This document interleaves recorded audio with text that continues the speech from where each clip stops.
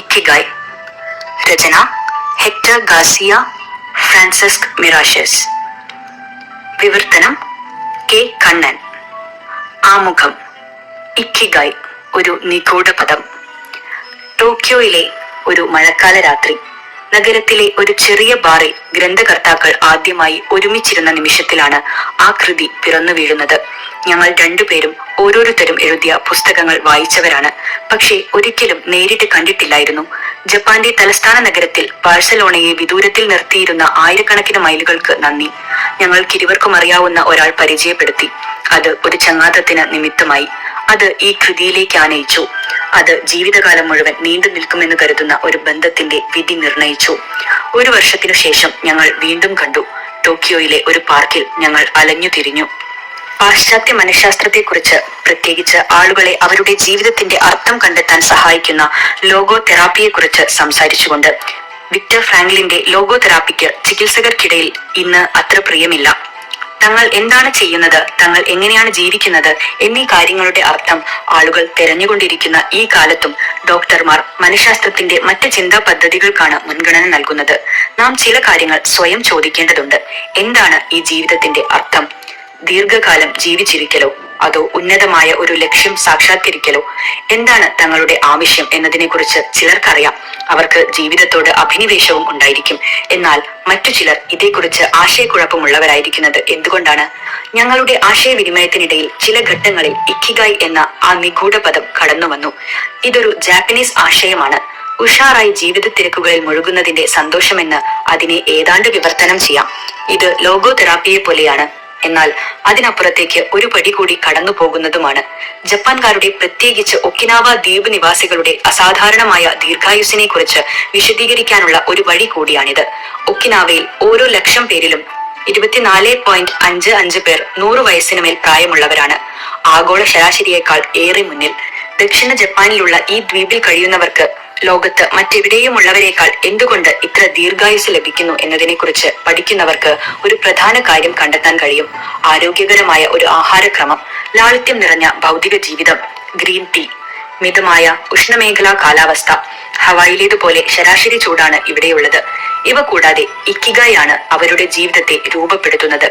ഈ ആശയത്തെക്കുറിച്ച് പഠിച്ചപ്പോൾ നമുക്ക് മനസ്സിലായ ഒരു കാര്യം, മനഃശാസ്ത്രത്തിലോ വ്യക്തിത്വ വികാസത്തിലോ ഉള്ള ഒരു പുസ്തകം പോലും ഈ ദർശനത്തെ വെളിവാക്കുന്നതായി ഉണ്ടായിട്ടില്ലെന്നാണ്. മറ്റെവിടത്തെക്കാളും കൂടുതൽ 100 വയസ്സുകാർ ഒക്കിനാവയിലുള്ളതിന്റെ കാരണം ഇക്കിഗായ് മാത്രമാണോ? അവസാനം വരെ ഊർജ്ജസ്വലരായിരിക്കാൻ അത് എങ്ങനെയാണ് ആളുകളെ പ്രചോദിപ്പിക്കുന്നത്? ദീർഘവും ആഹ്ലാദകരവുമായ ഒരു ജീവിതത്തിനു വേണ്ടിയുള്ള രഹസ്യം എന്താണ്? ഇക്കാര്യത്തെക്കുറിച്ച് നാം വീണ്ടും ആഴത്തിൽ പരിശോധിച്ചാൽ മറ്റൊരു കാര്യം കണ്ടെത്താൻ കഴിയും. ദ്വീപിന്റെ വടക്കേ അറ്റത്തുള്ള ഗ്രാമീണ നഗരമാണ് ഒഗിമി. ജനസംഖ്യ 3000.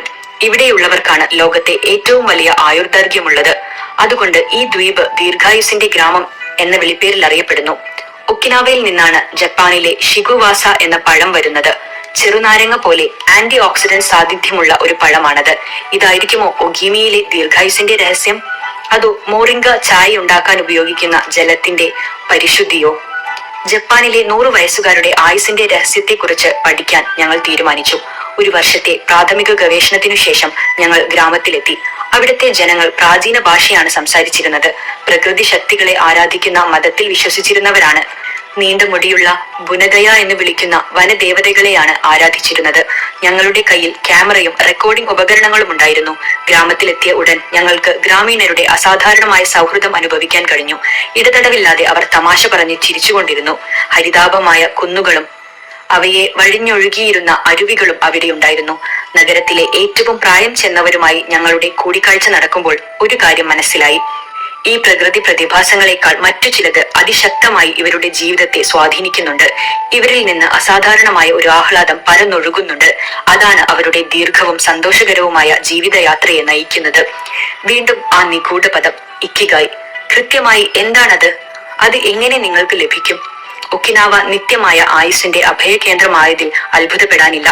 ഇവിടെയാണ് 2ാം ലോക മഹായുദ്ധകാലത്ത് 2 ലക്ഷം നിരപരാധികളായ മനുഷ്യർ കൊല്ലപ്പെട്ടത്.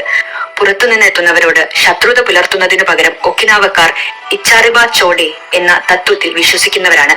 അത് പ്രാഥമിക പ്രയോഗമാണ്. അതിന്റെ അർത്ഥം എല്ലാവരെയും സഹോദരന്മാരെ പോലെ കരുതുക, അവരെ നിങ്ങൾ മുമ്പൊരിക്കലും കണ്ടിട്ടില്ലെങ്കിൽ പോലും. ഒഗുമി നിവാസികളുടെ ആഹ്ലാദത്തിന്റെ രഹസ്യങ്ങളിലൊന്ന് അവർ എല്ലാവരും ഒരു സമൂഹത്തിന്റെ ഭാഗമാണ് എന്ന തോന്നലോടെ ജീവിക്കുന്നു എന്നതാണ്. ചെറുപ്പം മുതൽ അവർ ഇമാറു എന്ന സംഘപ്രവർത്തനത്തിൽ ഏർപ്പെടുന്നു.